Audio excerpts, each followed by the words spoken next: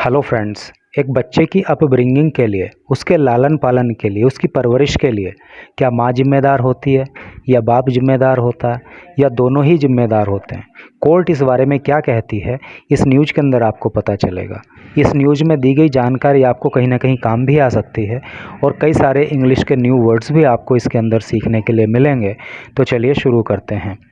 Both parents liable for child maintenance not just father. क्या अर्थ हुआ?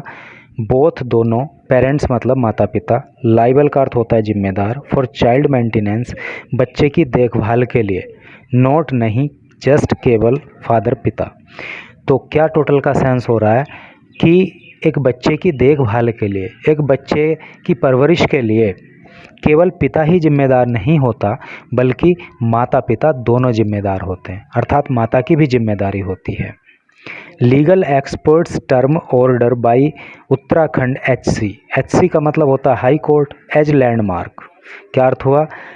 Legal expert, legal का मतलब कानूनी, एक्सपर्ट का मतलब विशेषज्ञ, जो कानून के विशेषज्ञ हैं।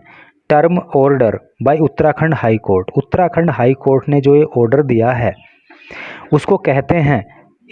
As landmark. लैंडमार्क का मतलब होता है ऐतिहासिक। तो कहने का अर्थ क्या है कि उत्तराखंड के हाई कोर्ट ने जो ये निर्णय दिया है कि बच्चे की अपब्रिंगिंग के लिए माता और पिता दोनों की ही जिम्मेदारी होती है, तो कानून के जानकार इस फैसले को जो है एक ऐतिहासिक फैसले के रूप में देखते हैं। तो चलिए न्यूज़ को आगे पढ़ते हैं तो सारी चीज़ें फिर वहाँ पे क्लियर हो जाएंगी। Dehradun, a single bench of justice Pankaj Purohit of Uttarakhand high court. Uttarakhand high court के न्यायाधीश पंकज पुरोहित की सिंगल बेंच ने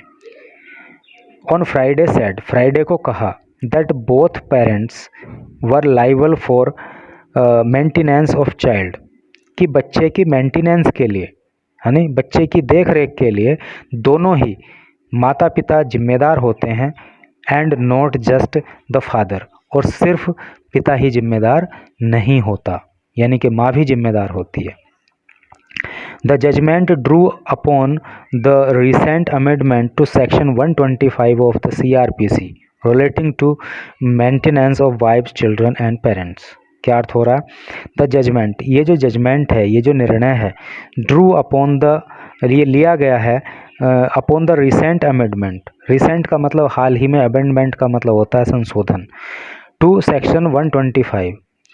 ऑफ द सीआरपीसी। सीआरपीसी की धारा 125 में जो हाल ही में संशोधन हुए हैं उनके चलते ही ये निर्णय आया है। और जो ये सीआरपीसी की 125 धारा है तो वो रिलेटिंग है, जुड़ी हुई है किससे? मेंटेनेंस, देखभाल से, और वाइफ्स पत्नियों की,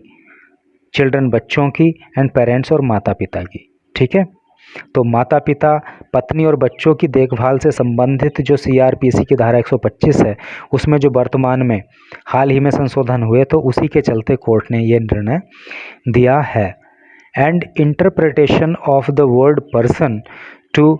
मीन बोथ जेंडर्स, और इसमें जो इंटरप्रिटेशन किया गया, जो व्याख्या की गई है of the word person, person शब्द की, तो वो की गई है टू मीन, उससे मतलब होता है बोथ जेंडर, दोनों ही जेंडर से। जेंडर का मतलब लिंग,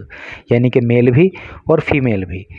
जो 125 धारा में पर्सन शब्द का यूज हुआ है तो उस शब्द का मतलब बोथ जेंडर से है, यानी कि मेल से भी है और फीमेल से भी है, यानी कि माँ भी जिम्मेदार है और बाप भी जिम्मेदार है, ऐसा कहने का सेंस है।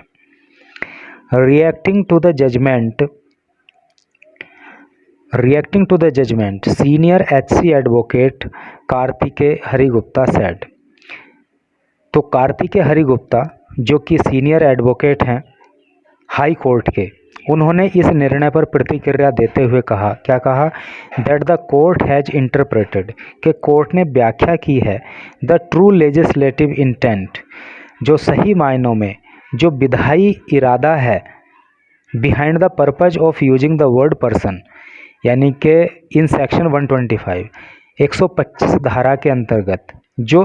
पर्सन शब्द का यूज हुआ है तो उसको क्यों प्रयोग किया गया, उसकी बहुत सही व्याख्या जो है वो हाई कोर्ट ने दी है। इन माई ओपिनियन, मेरी राय में, this is a first of its kind judgment in the country, मुझे तो लगता है कि पूरे देश के अंदर इस तरह का ये पहला मामला, वो पहला जजमेंट है। यानी कि इसका मतलब जो है वकील लोग इस निर्णय से खुश हैं और उनका कहना है कि मेरी ओपिनियन में, मेरी राय में तो ये अपना इस तरह का जो है देश के अंदर पहला फैसला है। ही एडेड, उन्होंने कहा, द मैटर, जो मामला है, परटेन्स टू ए पेटिशन, एक पेटिशन यानी कि याचिका से, परटेन का मतलब संबंधित, तो एक याचिका से संबंधित है, फाइल्ड बाई ए वूमन, जो एक महिला ने याचिका लगाई थी, जिनका नाम है Anshu Gupta, in the HC, high court में, चैलेंजिंग ए, यहाँ तक ही पहले समझिए कि ये जो मामला है, तो अंशु गुप्ता नाम की एक महिला ने हाई कोर्ट में एक याचिका लगाई थी, उससे संबंधित है। और याचिका क्यों लगाई थी? चैलेंजिंग ए 2013 फैमिली कोर्ट ऑर्डर, तो 2013 में फैमिली कोर्ट ने एक ऑर्डर दिया था, उसको चैलेंज यहाँ पे किया गया था। दैट मैंडेट हर, और जिसमें उसको मैंडेट कर दिया गया था, ज़रूरी कर दिया गया था उस महिला के लिए, टू प्रोवाइड, देना, ₹2000 पर मंथ, 2000 रुपये महीना, एज मेंटेनेंस टू हर सन, अपने सन के लिए, अपने पुत्र के मेंटेनेंस के लिए, देखभाल के लिए 2000 रुपये महीना देने का जो आदेश फैमिली कोर्ट ने इस महिला को दिया था, तो इस जजमेंट को चैलेंज करते हुए उसने हाई कोर्ट में याचिका लगाई थी। यानी कि वो 2000 रुपये महीना अपने बच्चे के मेंटेनेंस के लिए नहीं देना चाहती थी। गुप्ता, यानी कि इस महिला का जिक्र चल रहा है, अंशु गुप्ता का, एक गवर्नमेंट टीचर, गुप्ता जो कि एक सरकारी अध्यापक है, हैड मैरिड नथुलाल, उसकी नथुलाल से शादी हुई थी, a resident of Udham Singh Nagar इन 1999, यानी कि 1999 में नाथुलाल जो कि उधम सिंह नगर का रहने वाला है, उससे जो है गुप्ता की शादी हुई थी और ये महिला गवर्नमेंट टीचर भी है। दे हैड ए सन, उनको एक पुत्र की प्राप्ति हुई, before their marriage was dissolve, उनकी शादी को डिज़ोल्व होने से पहले, इन 2006, यानी कि 2006 में जब उनकी शादी डिज़ोल्व हो गई, समाप्त हो गई, आगे नहीं चली, तो उससे पहले उनको एक पुत्र की प्राप्ति हो गई थी। यानी कि 1999 में शादी हुई और 2006 में डिवोर्स हो गया। ड्यू टू डिफरेंसेस, डिफरेंस का मतलब होता है मतभेद, ड्यू टू का मतलब होता है के कारण, तो मतभेदों के चलते 2006 में जब उनकी शादी डिज़ोल्व हुई तो उससे पहले उनको एक पुत्र की प्राप्ति हुई थी। सैड विवेक रस्तोगी, विवेक रस्तोगी ने कहा, जो एडवोकेट हैं, who was part of team representing the petitioner, petitioner का मतलब होता है याचिकाकर्ता, यानी कि याचिकाकर्ता अर्थात इस टीचर का प्रतिनिधित्व जो टीम वकीलों की कर रही है, तो उसी टीम में से एक वकील हैं विवेक रस्तोगी, उन्होंने ये वाली बात बताई। Nathulal, citing financial constraint, Nathulal जिन्होंने अपनी आर्थिक कमजोरी या आर्थिक बाध्यता के बारे में जिक्र किया, फाइनेंशियल का मतलब आर्थिक और कंस्ट्रेंट का मतलब होता है मजबूरी या बाध्यता या कमी। पेटिशन, उन्होंने याचिका में कहा, फॉर मेंटेनेंस के लिए, देखभाल के लिए, asserting his inability to afford quality education, उन्होंने अपनी इनएबिलिटी दिखाई थी, यानी कि अयोग्यता दिखाई थी, टू अफोर्ड करने में, क्वालिटी एजुकेशन, अच्छी शिक्षा। कुल मिला के कहने का अर्थ ये है कि नाथुलाल ने ये बताया कि वो फाइनेंशियली लिमिटेशंस में है, यानी कि उसको पैसे की दिक्कत है और वो जो है अपने पुत्र को अच्छी शिक्षा नहीं दे सकता। उसकी अपब्रिंगिंग बहुत अच्छे से नहीं कर सकता, यानी कि उसका लालन पालन अच्छे से नहीं कर सकता। And substance for the child, और इस बच्चे का जो भी लालन पालन है, जो शिक्षा है या दूसरी ज़रूरी चीज़ें हैं, वो बहुत अच्छे से नहीं कर पा रहा है क्योंकि वो फाइनेंशियली स्ट्रॉन्ग नहीं है। ठीक है, फॉलोइंग दिस, और इसी के चलते द फैमिली कोर्ट, इसी के चलते जो फैमिली कोर्ट है उसने 2013 में आस्क गुप्ता से कहा था, who was then getting a monthly salary of ₹27,000, जो उस समय 27,000 रुपये महीना की सैलरी पा रही थी, तो उसको कोर्ट ने कहा था टू पे, चुकाने के लिए, मंथली मेंटेनेंस, महीने का जो है देखभाल का खर्च, ऑफ ₹2,000 टू हर सन, उसके पुत्र के लिए 2000 रुपये महीना देने के लिए कहा था। कहानी आप समझ गए होंगे कि भाई पहले नाथूलाल से 1999 में इस टीचर की शादी हुई, 2006 में इनका तलाक हो गया, इनको एक पुत्र की प्राप्ति हुई और फिर जो है नाथूलाल ने कहा कि इस बच्चे का खर्च मैं नहीं उठा पा रहा हूँ, क्वालिटी एजुकेशन नहीं दिलवा पा रहा हूँ, अच्छे से अपब्रिंगिंग नहीं करवा पा रहा हूँ, इसलिए जो है फैमिली कोर्ट ने इस महिला को ये आदेश दिया था कि चूँकि वो 27,000 रुपये महीना सैलरी पा रही थी कि इस सैलरी में से 2,000 रुपये महीना तुम्हें अपने पुत्र की देख रेख के लिए देने हैं। लेकिन वो महिला उसके लिए तैयार नहीं थी, इसलिए उसने हाई कोर्ट में ये चैलेंज इस डिसीजन को किया था। लेकिन हाई कोर्ट ने जो है कहा कि नहीं, माता और पिता दोनों ही जिम्मेदार हैं। तो ऐसे करके ये कहानी है। और मैं समझता हूँ कि यार अगर वो 27,000 रुपये महीना पा रही है तो भले ही डिवोर्स हो गया, बच्चा तो उसी का भी है, वो 2,000 रुपये महीना अगर उसको देने पड़ रहे हैं तो it's not a bad thing, ये कोई बुरी बात तो नहीं है। However Gupta stated that after her divorce, हालांकि गुप्ता ने यह कहा कि उनके तलाक के बाद फ्रॉम नाथूलाल से she had married another man, उसने दूसरे आदमी से शादी कर ली थी जिसका नाम है बाबूलाल। ठीक है, नाथूलाल से जब डिवोर्स हो गया उसका तो उसने बाबूलाल नाम के दूसरे आदमी से शादी कर ली and had a son from the marriage, और इस दूसरी शादी से भी उसको एक पुत्र की प्राप्ति हुई following the death of Babulal in an accident. चूँकि बाबूलाल की एक दुर्घटना में मृत्यु हो गई, she had to take care of her son, उसे अपने पुत्र की देखभाल करनी पड़ती है एंड बाबूलाल्स पेरेंट्स, और बाबूलाल के जो पेरेंट्स हैं, माता पिता हैं, उनकी भी देखभाल करनी पड़ती है। सी अग्ड, ऐसा उन्होंने जो है तर्क दिया था, यानी कि उस महिला टीचर ने ये तर्क दिया था कि भाई पहले पति से तलाक हो जाने के बाद दूसरे आदमी से उसने शादी कर ली, एक दुर्घटना में उसकी भी मृत्यु हो गई, और अब जो है उसे अपने एक पुत्र की और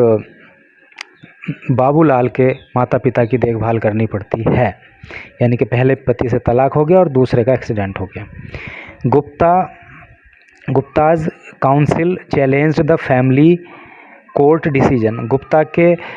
जो काउंसिल है, गुप्ता का जो वकील है, उसने फैमिली कोर्ट के इस डिसीजन को चैलेंज किया था ऑन द बेसिस, आधार पर that section 125 of the CRPC obligated maintenance duty solely upon fathers not mothers. उसने कहा था कि CRPC की जो धारा 125 है वो ये कहती है कि जो सोलली का मतलब होता है केवल, कि किसी बच्चे की मेंटेनेंस, उसकी देखभाल, उसकी अपब्रिंगिंग की जो ड्यूटी है, जो जिम्मेदारी है, वो केवल पिताओं की होती है, माताओं की नहीं होती। ऐसा जो है CRPC 125 में कहा गया है, ये गुप्ता के वकील ने कहा था। Countering the argument Nathulal's counsel said, और ये जो उसने कहा, यानी कि इस महिला के जो वकील ने ये वाली बात कही, तो इसको काउंटर करते हुए, इसका जवाब देते हुए नाथूलाल के काउंसिल ने, नाथूलाल के वकील ने क्या कहा, that the term person with in the CRPC denotes, कि CRPC की धारा में जो ये पर्सन शब्द का प्रयोग किया गया है, ये संकेत करता है, डिनोट का मतलब संकेत करना, बोथ जेंडर्स, दोनों ही जेंडर के लिए, मेल के लिए भी और फीमेल के लिए भी, and should not be restricted to fathers, और केवल फादर तक इसको सीमित आप करके नहीं चल सकते, बल्कि ये जो है माता और पिता दोनों की तरफ संकेत करता है। ठीक है। The court observe that the recent and amendment to section 125 of the CRPC underscores the term person includes both male and female entities. The court observed, court ने ये ऑब्जर्व किया that the recent amendment, कि जो हाल ही में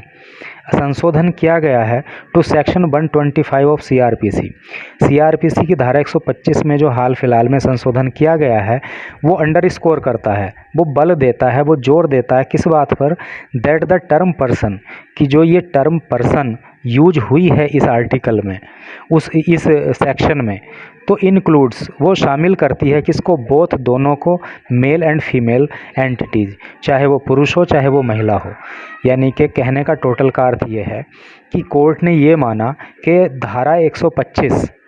में जो person शब्द का यूज हुआ है वो दोनों ही मेल और फीमेल के लिए यूज हुआ है, यानी कि माता के लिए भी यूज हुआ है और पिता के लिए भी यूज हुआ है। एक बच्चे के लालन पालन की जिम्मेदारी केवल पिता की नहीं बल्कि माता की भी है, ये इसका कोर्ट का कहना है। The court highlighted that a parent regardless of gender, court ने ये हाईलाइट किया, कोर्ट ने ये जो है इस बात को सामने लाया कोर्ट, दैट ए पेरेंट कि माता पिता रिगार्डलेस ऑफ जेंडर से कोई लेना देना नहीं है, चाहे वो मेल हो चाहे फीमेल हो, यानी कि चाहे माता हो चाहे पिता हो,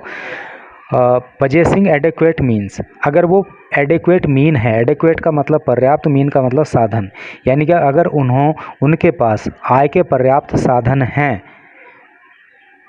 तो यट नेगलेक्टिंग, फिर भी अगर वो नेगलेक्ट करते हैं और रिफ्यूज करते हैं, यानी कि बच्चे की मेंटेनेंस का जो खर्च है अगर उसको उठाने को मना करते हैं, to provide for their minor child,